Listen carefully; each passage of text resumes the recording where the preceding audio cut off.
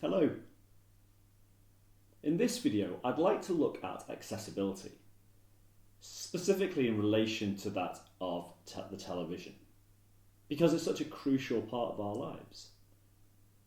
When we think about the briefings for the COVID-19 brief announcements that are made on the BBC One, we have a real issue there. So we've got the Prime Minister or the Home Secretary or a Health Minister, Secretary for Education, the different people that would come in and present.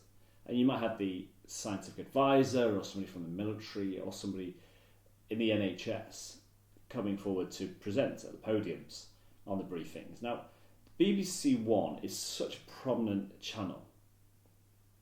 Now, what we're finding on the BBC One briefings, the only accessibility that we have is subtitles.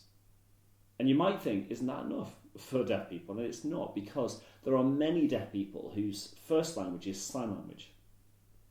Now, for some, they may understand the English in subtitles, but for many they may not, because of the context that that language is being used. And so many deaf people are having to flick over to 231, the channel on Freeview, which only has an in-vision interpreter, not a live interpreter, so deaf people can access the content of those briefings, which obviously provides that access and understanding because it's being presented in their first language, sign language. So that is access.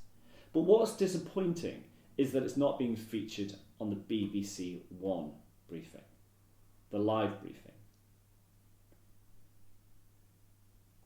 Because what people are missing out on in society is that awareness of deaf people, of interpreting, of the fact that deaf people need access. That would really help matters for society, just to gain that insight, to see somebody signing on the telly and go, actually, this is about deaf people having access. In Scotland and in Wales, currently, they have their daily briefings, like I said, in Wales and in Scotland, and both of them have got live interpreters in the room interpreting those interactions. They're keeping the interpreter 2 meters away, sometimes even further away from the presenters, but they're there signing, which shows that for people in Wales and for those living in Scotland who are deaf and those who are hearing can get understanding of the content, but also that there are deaf people accessing that content. But in England, we're not there. There is currently a campaign highlighting this to the government, and it's hashtag where is the interpreter, raising this with Boris Johnson as a complaint. But the response from there is that we don't need it. We've got an in-vision interpreter on a separate channel, which for us is disgraceful. Because what we're finding there is there's not a sense of, but what about equality? What about showing people that we value deaf people as part of the mainstream audience? And we have more people living in England than that of Scotland or in Wales. So why don't we prioritise that as much as they do, for equality's sake? Because BBC One is such a popular channel.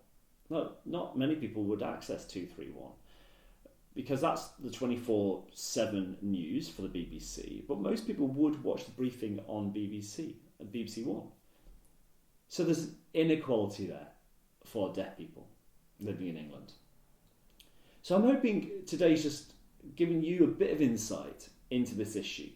So hashtag where is the interpreter? That's the campaign, and I really call on you to support that, to force the agenda that the English government would recognise the issue.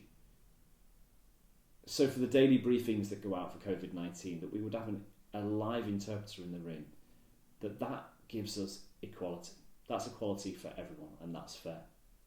And so I'm hoping you've enjoyed today's video and it's given you something to think about. Great, well, thank you for watching. Bye-bye.